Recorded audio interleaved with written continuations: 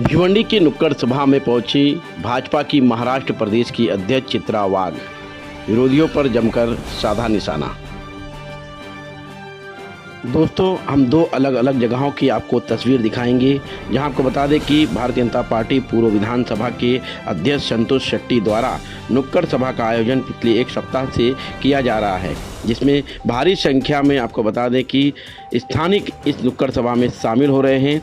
खासकर आपको बता दें कि इस नुक्कड़ सभा में भिवंडी लोकसभा महायुति के उम्मीदवार यानी कि भारतीय जनता पार्टी के जो तीसरी बार उम्मीदवार के रूप में नियुक्त किए गए कपिल मोरेश्वर पाटिल को किस तरह से विजयी किया जाए, इसको लेकर आपको बता दें कि भारतीय जनता पार्टी के भिवंडी पूर्व विधानसभा के अध्यक्ष संतोष शेट्टी द्वारा नुक्कड़ सभा का आयोजन किया जा रहा है।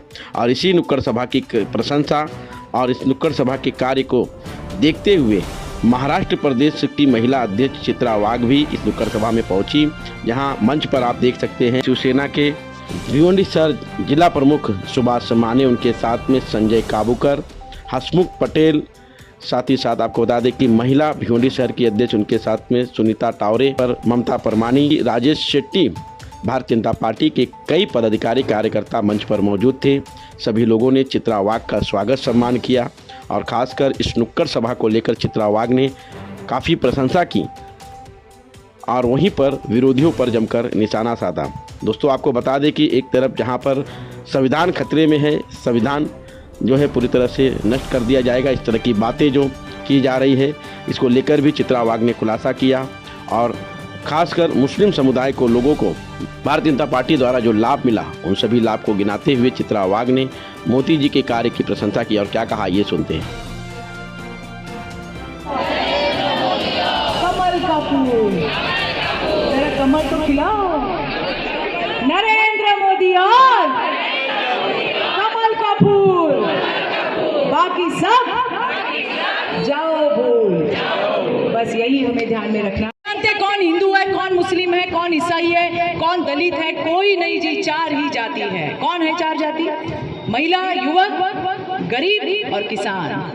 ये चार जाति के लिए हमें काम करना है। लेकिन कांग्रेस 65 साल से अपनी वोट बैंक यानी मुस्लिमों को हिंदुओं के खिलाफ भड़काने का काम कर रही है, उनके साथ भिड़ाने का काम कर रही है। मुझे पता नहीं यहाँ कोई मुस्लिम भाई बहन है कि नहीं, अगर है तो वो जरूर सुने, अगर नहीं है तो आप मेरा मैसेज उन तक दे दो। अरे वो कहते हैं कि भाजपा और मोदी जी मुसलमानों के खिलाफ है। कैसे हो सकते हैं मुसलमानों के खिलाफ? जो हमें मिलता है वो उनको मिलता है। राशन मिल रहा है आपको? अरे बोलो का झोप लिया, राशन मिल रहा है ना? तो हमें मिल रहा है तो उनको भी मिल रहा है ना? कोविड का इंजेक्शन लिया सभी ने, लिया ना? तो हमको मिल रहा है, उनको मिल रहा है। अरे घर हमको मिल रहा है, उनको मिल रहा है। संडास हमको मिल रहा है, उनको मिल रहा है। जो फायदे हमें मिल रहे हैं वो सारे उनको मिल रहे हैं। तो हम उनके खिलाफ कैसे हुए भाई? अरे हमें जो मिल रहा है उससे कई ज्यादा मुसलमानों को मिल रहा है और हमें उसके लिए खुशी है। हमें दुख नहीं है, हमें खुशी है कि मोदी जी चाहते हैं कि मुसलमान भाई बहन भी हमारी तरह मुख्य प्रवाह में आए। 65 साल इस कांग्रेस ने क्या किया उनके लिए बताइए? इनके जो जवान बेटे हैं, बच्चे हैं, बच्चियां हैं, उनका माथा खराब करने का काम ही किया है कि ये हिंदू हमारे खिलाफ है, ये हिंदू हमारे दुश्मन है। यही तो किया 65 साल और हमें भिड़ाते रहे। मोदी जी ने क्या किया? मोदी जी कहते हैं कि नहीं, मेरे मुसलमान माँ का भी बेटा IAS होना चाहिए, IPS होना चाहिए। मैं आपको बताना चाहती हूँ, उनके लिए उड़ान नाम की योजना है, जिसकी फीस ये मोदी सरकार भरती है कि आप IAS बनो, आप IPS बनो। महाराष्ट्र में अगर आप पढ़ रहे हो तो आपकी फीस मोदी सरकार भरती है। आप महाराष्ट्र के बाहर पढ़ रहे हो तो भी आपकी फीस मोदी सरकार भरती है। फिर भी हम आपके खिलाफ कैसे हुए? आपकी बेटी जब ग्रेजुएट हो जाती है तो उसके खाते में 51,000 रुपए शादी शगुन योजना मोदी जी डालते हैं जी।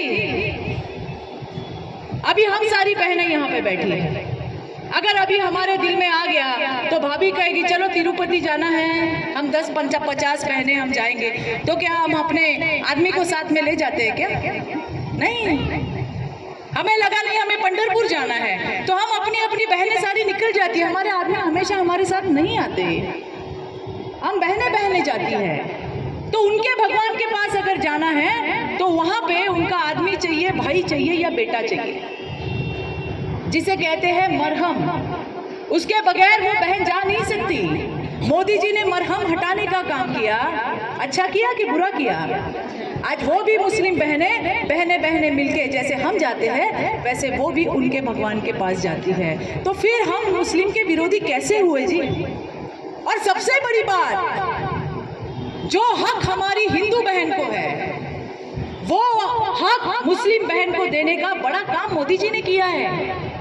ट्रिपल तलाक जैसा एक कानून लाया। अभी हम हमारी बच्चियों की शादी करते हैं, कितनी जानकारी हम निकालते हैं कि भाई उसका सास है या उसका ससुरा है, उसका वो कहाँ के है, उनके भाई क्या करते हैं, सास की बहन क्या करती है, उसका भांजा क्या करता है, पूरी कुंडली निकालते हैं और 100 लोगों को पूछते हैं बाबा चांगलं घर आहे ना, चांगलं घर आहे ना, चांगलं घर आहे ना, का विचारतो कि मुलगी सुखी राहिली पाहिजे। अरे इनके माताओं के तो सिर पे कायम तलवार है, कभी भी उसका जमाई बोल देगा तलाक तलाक तलाक, तो क्या करेगी वो? और ये मैंने देखा है। पेट में एक बच्चा, हाथ में 5 साल की बेटी, और वो कहीं बाहर होता है, वहां से वीडियो कॉल पे बोल देता है तलाक तलाक तलाक। कहाँ जाएगी वो?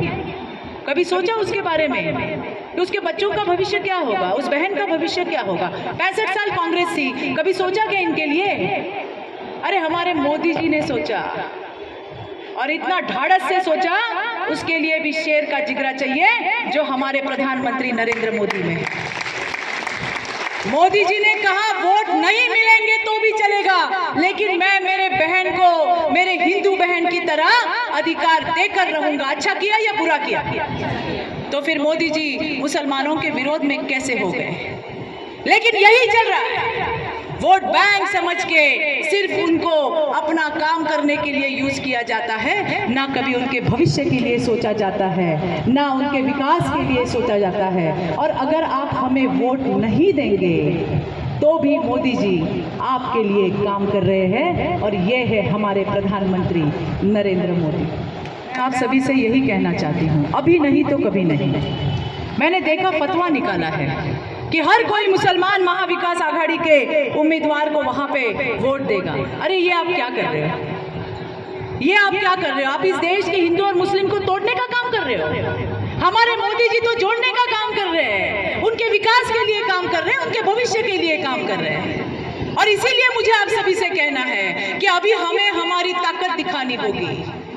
ये हमने कभी सोचा नहीं था कि ये भी हमें कहना पड़ेगा, लेकिन अभी हमें कहना पड़ रहा है की देव देश आणि धर्मासाठी सगळ्यांनी एक व्हायला पाहिजे आणि मोदीजींच्या मागे त्या ठिकाणी भक्कमपणे उभं राहिलं पाहिजे। उत्साह है अब की बार 400 पार आणि फिर एक बार मोदी सरकार आणण्यासाठी या देशातला नवमतदारापासून तर वयोवृद्धांपर्यंत सगळ्यांमध्ये उत्साह पाहायला मिळतो। ज्या पद्धतीने सुषमा अंधारे आणि यांनी ज्या पद्धतीने आरोप आता राज ठाकरेंवरती तोप टाकलेली आहे आणि त्या आपल्या भाषणांमधून निलेश राणे यांचे वेगवेगळे व्हिडिओ सुद्धा दाखवत आहेत की ज्या पद्धतीने बाळासाहेबांवरती टीका केली आहे। मला असं म्हणायचं आहे की राजसाहेब ठाकरे यांचं कर्तृत्व आणि त्यांच्यावर बोलणाऱ्या या सगळे सटरफटर यांना आपण फारसं महत्त्व देऊ नये। यांचं योगदान काय आहे हे आपण पाहिला पाहिजे। जे व्हिडिओ दाखवले गेले ते सत्याचे व्हिडिओ होते आणि त्याच्यामुळे त्यांनी एक प्रश्न उपस्थित केला आणि मला वाटतं की या सगळ्याच गोष्टींवरती सटरफटर असतील किंवा रोज सकाळी टीन टिप्पर जो असणारा संजय राऊत आहे, जे थोबाड उचकटल्यावर गटाराशिवाय काय बाहेर पडतच नाही, त्याच्यामुळे अशा लोकांना आपण किती सिरियस घेतलं पाहिजे याचा विचार आपण केला पाहिजे असं माझ्यासारख्या कार्यकर्त्याला वाटतं। नाही, मला फार उत्साह दिसला आज। मी आमच्या संतोष अण्णासोबत, आमचा हर्षल, या सगळ्यांसोबत, आमच्या तावरेताई आहेत, आमच्या ममताताई आहेत, या सगळ्यांसोबत मगाशी कुठे गेलेलो, मीठपाड्याला गेलो। आताही तुम्ही पाहिलंय ही सगळी लोक, या सगळ्या परिसरातली लोक आहेत आणि खूप काम या ठिकाणी चाललेलं आहे। या भिवंडीचा नक्षा बदलायचं काम हे त्या ठिकाणी कपिल पाटलांच्या माध्यमातून झालेलं आहे। मोदीजींच्या सगळ्या योजना यशस्वीपणे भिवंडी लोकसभेमध्ये आणण्याचं काम कपिलजींनी केलं आहे, ज्याला मग आमच्या संतोष अण्णासारखे सगळे सहकारी यांनी चांगल्या मोठ्या प्रमाणात सहकार्य केले। आज मी संतोष अण्णाच्या विभागामध्ये या ठिकाणी फिरतीये आणि भिवंडीमध्ये सुद्धा मोठ्या प्रमाणात उत्साह दिसतोय। किस तरह से लोगों को नहीं, बिल्कुल वोटिंग परसेंटेज में बढ़े? बिल्कुल लोगों ने आना चाहिए, अपना जो मतदान का जो अधिकार है उसे बिल्कुल करना चाहिए, आगे आना चाहिए, छुट्टियों पे नहीं जाना चाहिए। जो हमें लगता है कि हमारे देश की बागडोर किसके हाथ में होनी चाहिए, ये तय करने वाला ये चुनाव है।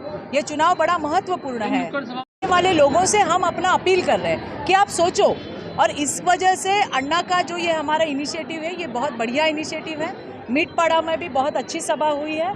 अभी यहाँ पे हम आए हैं शक्ति साइजिंग, यहाँ पे भी आपने देखा कि बहुत अच्छे तरह से लोग यहाँ इकट्ठा हुए। इसके बाद और एक जगह पे नुक्कड़ सभा होने वाली है और बहुत अच्छा उत्साह है।